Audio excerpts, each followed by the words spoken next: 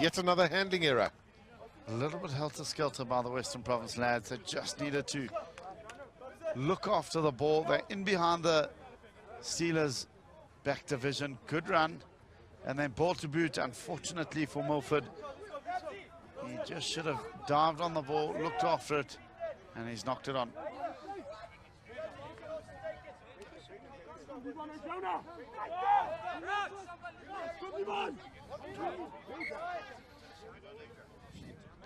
Prince Munemo, the little diminutive scrum half for the Zambezi Steelers. He's got a man nearly twice his size, I'm sure he just about is, Tabango Ngunyamo at fly half.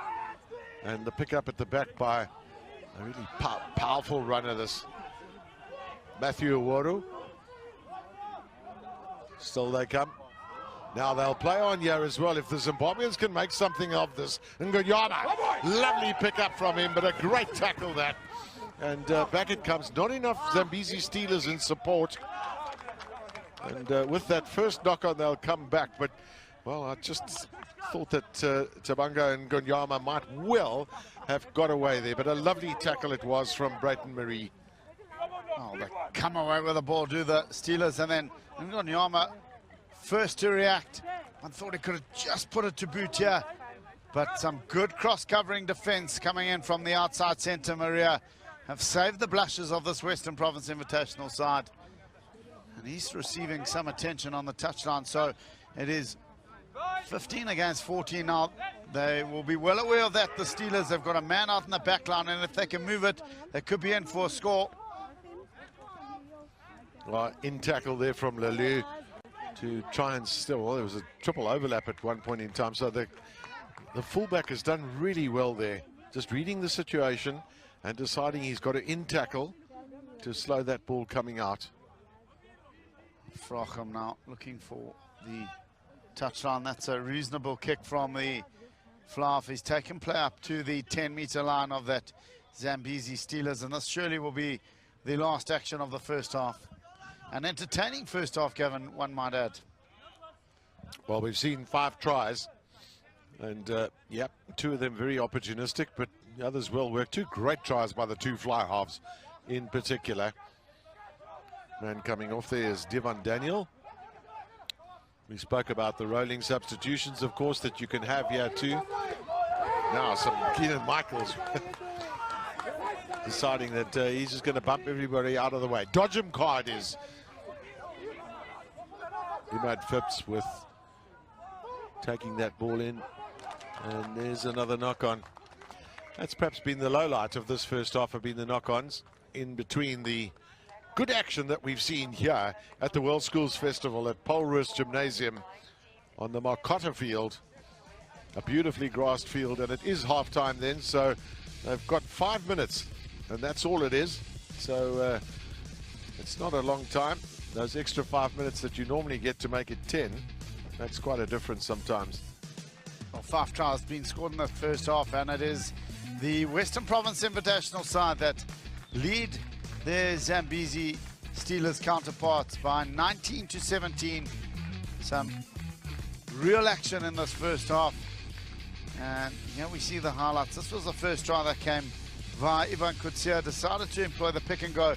Bayers was prominent in the build-up to it. And then you'll see Kutsia just flopping over in the next phase to get the opening 7-pointer for his side. That drew first blood.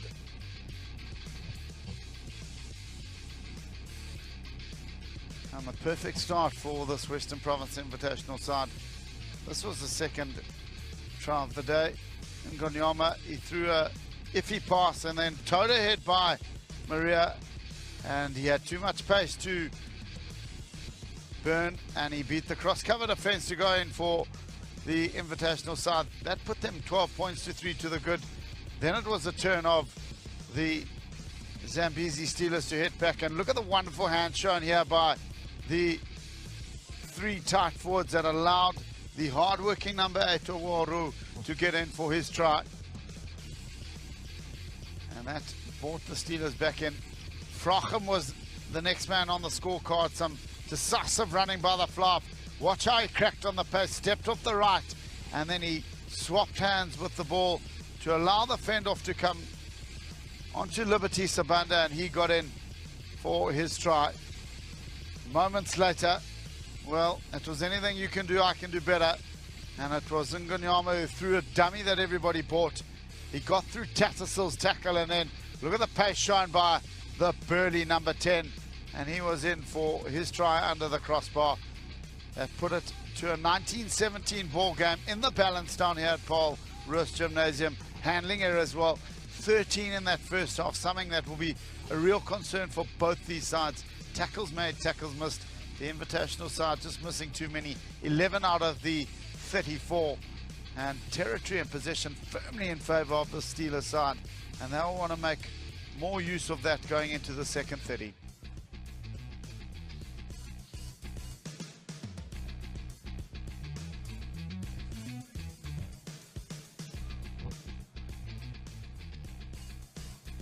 Some stern words from the Western Province coaches' mouths. The biggest thing is to look after the ball in contact. Yeah, I'm sure that's part of their message as well. Interesting that the Western Province team out there in the baking sun for their half-time sojourn, and the Zambezi Steelers have obviously gone to search for some shade and perhaps done a good job with it. And not a stupid thing to do, because it is pretty warm here. We saw 22 degrees as the 22 degrees centigrade, that is. That's what we work with here in South Africa. However, it can get really a little bit warmer than that at times too.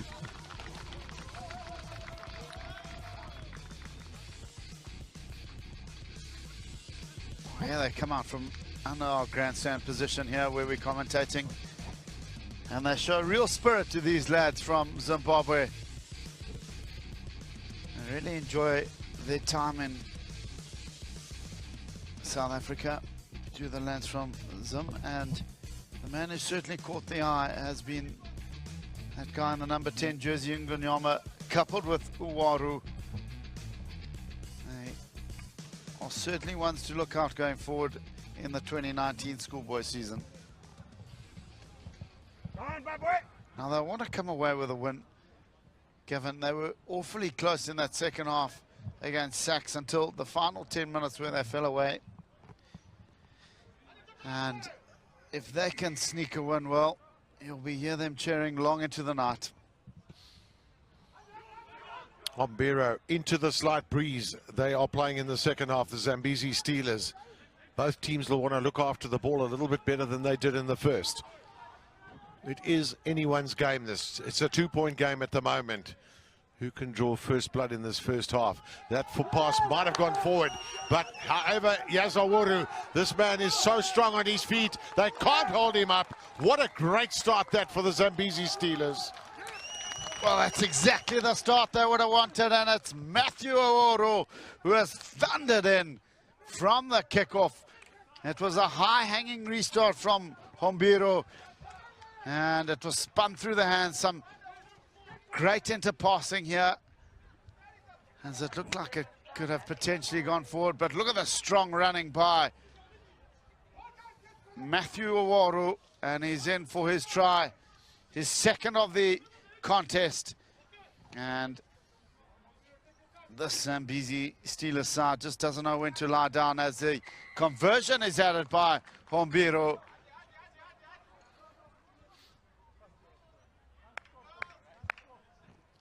Spun through the hands, and then the inside pop to Uwaru, steps off the right and then powers through the contact. Too much strength for Baz as he thundered in for his double. So for the first time in the match then, the Zambezi Steelers are in the lead. They've got 3 tries, so do Western Province Invitation have that. It's a great kick in that from Mikael Frachom. Changes, a couple of changes made at halftime too by the Zambezi Steelers to bring some fresh legs onto the field. We saw some very early changes in the match too, but with rolling substitutions, You can bring players on and off the field as you wish. Now Hombiro, he won't kick this out directly because he was outside his 22.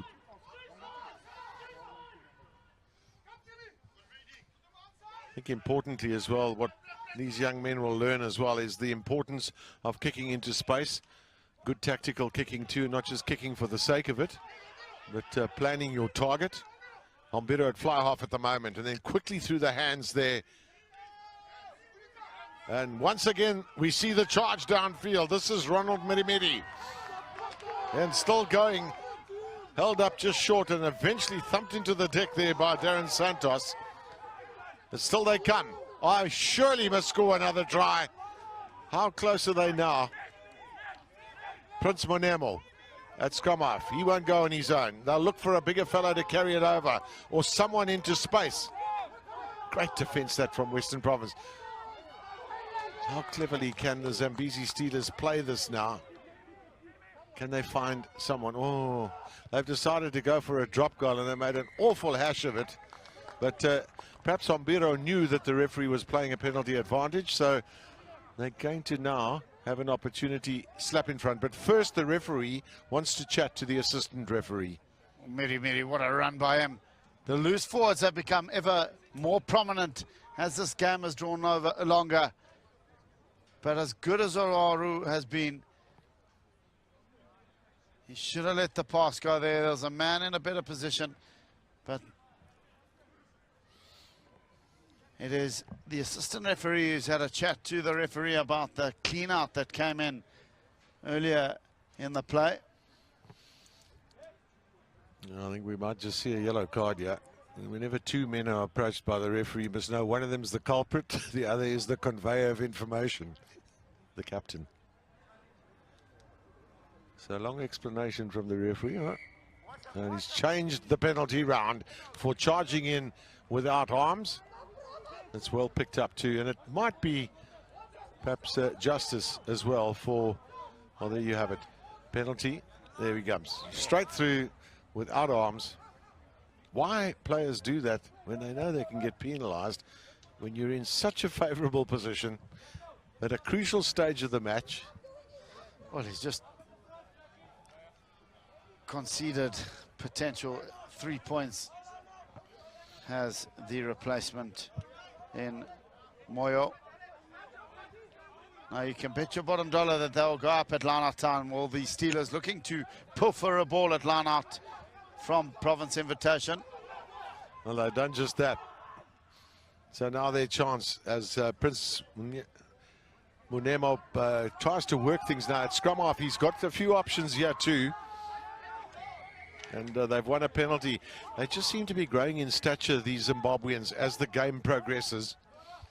Well, that's cynical play by Western Province Invitation. Just lying at the breakdown, not making no attempt to roll away. He's just flopped there, and he's handed now an opportunity for Hombiro to extend this lead to 8 points. He's made no attempt as the replacement in Ethan Borchers, and poor application of the law. He's had a good day with the boot, Hombiro. 3 conversions and 1 penalty. Takes off his scrum cap. Lumbers in for those 2 meters and then thumps it down the middle. Good effort by Hombiro. That's his 5th successful kick of the day, and he's put his side into an 8-point lead. And after those opening 3 minutes, you thought, well, the Zambezi Steelers are in for a long 60 minutes there. Fight back has been tenacious. Now, can they handle the restarts? It's been a real poor effort by both these sides in looking after them. Even from the commentary box, it sounds like a bee's nest down below there with that Zimbabwean coaching staff. They really are quite vociferous, and good on them as well, because this is a nice opportunity to put Zimbabwe rugby at schoolboy level on the map. Bearing in mind as well that the boys, some of them come from Northwood in Durban, but they are Zimbabwean boys who are studying there, and the rest of them from mainly from the schools of Churchill, which is a very famous rugby school, and the private school Lumagundi, also in Zimbabwe. But spare thought for the Western Province Invitation team. You know, they've been strung together at a pretty late stage too. So, you know, it's good that they are as competitive as what they are.